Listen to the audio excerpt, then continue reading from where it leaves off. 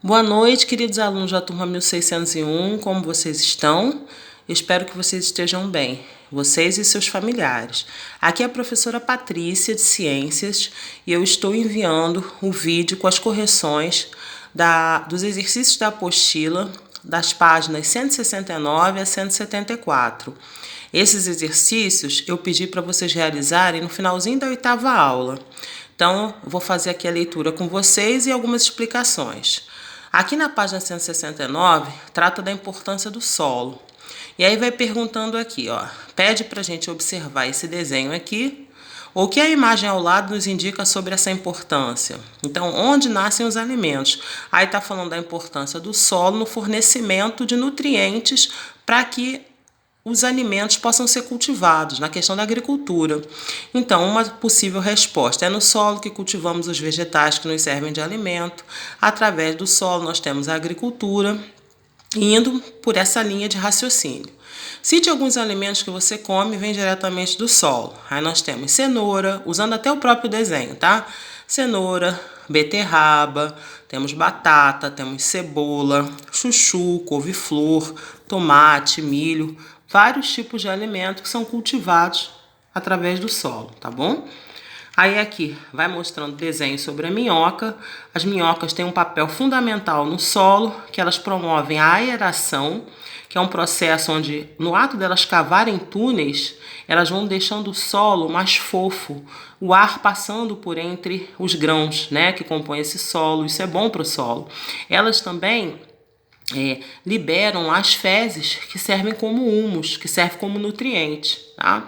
Então aqui ao lado vem falando da importância das minhocas. São animais invertebrados que vivem no solo, cavam buracos no solo em busca de alimento e com isso abrem túneis por onde circulam água e ar. Esse comportamento é favorável ao solo, pois ajuda a torná-lo fértil, no caso, aerado. Além de que, através das fezes das minhocas, a gente tem um solo que fica com mais nutrientes, tá? Então, aqui as minhoquinhas cavando túneis. E no desafio, além da alimentação, observe as imagens abaixo que indicam outros papéis do solo. Relacione as imagens aos nomes. Então, no primeiro desenho aqui, ó, nós temos vários instrumentos que nos levam a pensar no extrativismo, na retirada de alguma pedra preciosa, de algum mineral. Aqui até os diamantes, tá vendo? E os aparelhos, né, que os profissionais, que os mineradores utilizam. Então, isso aqui está relacionado ao número 2, extrativismo mineral, retirada de minerais do solo. Aqui nós temos o número 3, uma referência à construção de moradias. E aqui no número 1, a pecuária, criação de animais. Então, são 3 importâncias do solo: 2, 3 e 1, tá bom? Aí, mais adiante, aqui na página 170, vai falando do solo e agricultura, várias técnicas que a gente pode utilizar para cuidados com o solo. Quando o solo está pobre em nutrientes, nós podemos adubá-lo. Quando o solo está seco, nós vamos irrigá-lo. Quando o solo está muito batido, sem ar, nós vamos aerá-lo. Quando o solo está muito encharcado, nós vamos drená-lo, tá? E aí algumas perguntinhas em relação a isso. Existe um tipo de sistema de cultivo da agricultura que é chamado monocultura. A monocultura é um tipo de sistema onde naquela área é feita apenas uma cultura, apenas um tipo de vegetal. E os vegetais utilizam, né, nutrientes específicos. Então, se naquele local só se tem aquele cultivo, por exemplo, só cana-de-açúcar, os nutrientes que são necessários para a cana-de-açúcar vão acabar. Porque só cana-de-açúcar está ali, então ela vai extrair, toda cana-de-açúcar vai extrair aquele nutriente. O ideal é rotação de cultura, porque aí nós temos várias culturas, várias plantas que utilizam nutrientes diferentes. Então a pergunta era, por que não é recomendável que o agricultor utilize o sistema de monocultura? Justamente por isso, para não esgotar os nutrientes. Porque o solo fica cansado e empobrecido, pois cada planta retira do solo nutrientes específicos que podem se esgotar. Com a rotação de cultura, isso não vai acontecer, porque cada planta utiliza um nutriente específico do solo. Então, qual é a alternativa para o sistema de monocultura? A rotação de culturas, na explicação, pois alterna o plantio de diversas culturas numa mesma área para não desgastar o solo, tá? Aí passando aqui para nossa próxima página, vamos descendo aqui. Se a setinha me ajudasse também ia ser muito bom. Aí aqui nós temos na página 171 tecnologias para melhorar o solo, como eu acabei de falar. Adubação, que é o ato de você colocar adubo, fornecendo nutrientes. A aração, através do arado ou algum instrumento como esse ancinho aqui que serve para mexer no solo, e aí o solo fica com ar circulando. Irrigação, em relação à água, o solo seco a gente irriga. Pense, quando você coloca água numa plantinha que você tem em casa, você está irrigando, você está fazendo irrigação. Quando se abrem canaletas, né, ou drenos, a gente está drenando a quantidade de água em excesso, tá? Então, nem deve ser seco demais, nem molhado demais. Então, quais são as principais técnicas para o melhoramento do solo? Recapitulando, como não consta aqui, eu vou comentar com vocês, mas a resposta toda está nesse capítulo. Nós temos a irrigação, a aeração, a adubação, a drenagem, tá? Todas essas são técnicas para melhorar o solo. Em que consiste a aração? A aração, como consta aqui, ó, consiste em mexer, revolver o solo, aqui, tá aqui. Consiste em revolver o solo para facilitar a entrada de água e ar. Então, isso é a aração, a número 2. A adubação, como consta aqui, ó, consiste na colocação de nutrientes num solo que está empobrecido em nutrientes. A drenagem e irrigação são ligadas à água. Drenagem é retirar o excesso de água de solos que estão encharcados, alagados, e ao contrário, a irrigação, na número 5, consiste em molhar um solo que está seco, tá? Essas são as técnicas que nós podemos usar para melhorar o solo. Na próxima página, a gente conversa aí sobre a degradação do solo. A degradação é a modificação da natureza do solo. Quando a gente joga lixo, como aqui, ó, nessa imagem 1, você altera a composição natural do solo, ou quando então as árvores são queimadas, aqui uma motosserra, são queimadas não, são cortadas, tá? Queimada é uma outra forma de degradação do solo. Essa aqui é uma forma de retirar as árvores, e as árvores são muito importantes porque elas prendem as raízes, elas fornecem nutrientes para aquele solo. Então, ao observar acima as imagens 1 e 2, você percebe que a degradação é natural ou provocada pelo homem? Nos dois casos, são provocadas pelo homem, aqui jogando lixo e aqui retirando as árvores. Explique. As imagens mostram o homem jogando lixo no solo, isto é, em local inadequado. Nas imagens existe a ação do homem desmatando, destruindo as florestas e prejudicando os animais, né? Tanto quando ele joga lixo, tanto quanto ele retira as árvores. E uma outra forma de degradação muito séria são as queimadas. As queimadas podem ser naturais ou artificiais.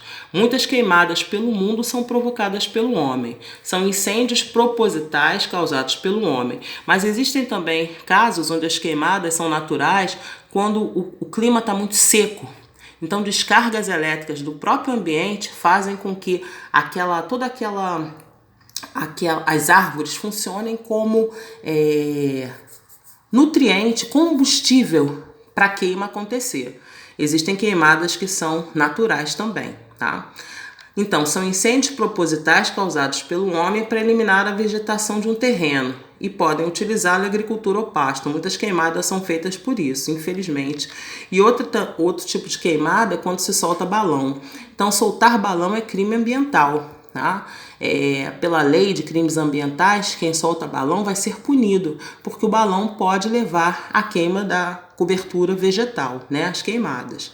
Então, como a vegetação protege o solo? Ela diminui o impacto das águas da chuva, a velocidade das águas que escorrem sobre o terreno é menor onde há vegetação, possibilitando maior infiltração de água no solo e diminuição do carregamento das partículas do solo pela água da chuva. É só você ver quando acontece, então, numa encosta que foi retirada a vegetação, aquele solo fica desprotegido. Então, com a chuva que cai ali, ela cai sobre o solo desprotegido com muita força, muito impacto, arrancando pedaços do solo muitas vezes, tá? Então, a queda de barrancos que se tem quando em períodos chuvosos é decorrente disso, da perda da vegetação. Aí aqui nós chegamos na nossa página 173, em que nós observamos aqui ações de degradação do solo, número de queimadas. Esse gráfico é um gráfico interessante, que é um gráfico de barras, que mostra pra gente aqui os anos, tá vendo? De 2003 a 2019, e o número de queimadas do dia 1º de janeiro a 21 de agosto. Então, esse aqui, por exemplo, é a barra que vai mostrar o número de queimadas que ocorreu em 2003, do dia 1º de janeiro a 21 de agosto de 2003. Então, foi aqui, ó, entre 25 mil e 50 mil. Em 2014, foi mais que 50 mil. Pulando aqui para 2016, foi 70 mil, mais ou menos. Em 2019, 75 mil focos de queimada. Então, é a leitura dos gráficos. Os gráficos são instrumentos matemáticos que facilitam a observação de dados. Em que anos os focos de queimada no Brasil estiveram abaixo de 50 mil? É só você ver aqui, ó, onde você tem a barra que está embaixo dessa linha. Então, nós temos em 2003 e 2018. Essas duas barras aqui estão abaixo da linha dos 50 mil. Responde a letra A, 2013 e 2018. Qual foi o número de focos de queimadas em 2019 até 21 de agosto? Aqui, era só ver aqui. 75 mil, que foi justamente o ano em que a gente teve mais focos de queimada, tá? Observando a imagem 2, aqui que é um mapa do Brasil, quais estados brasileiros tiveram mais queimadas em 2019? Também é uma forma da gente observar. Tudo no mapa que está em azul representa menos queimada. Em tons de rosa, até um rosa mais escuro, mais queimadas. Então era só vocês observarem quais os estados onde apresenta a cor mais rosada. Ó.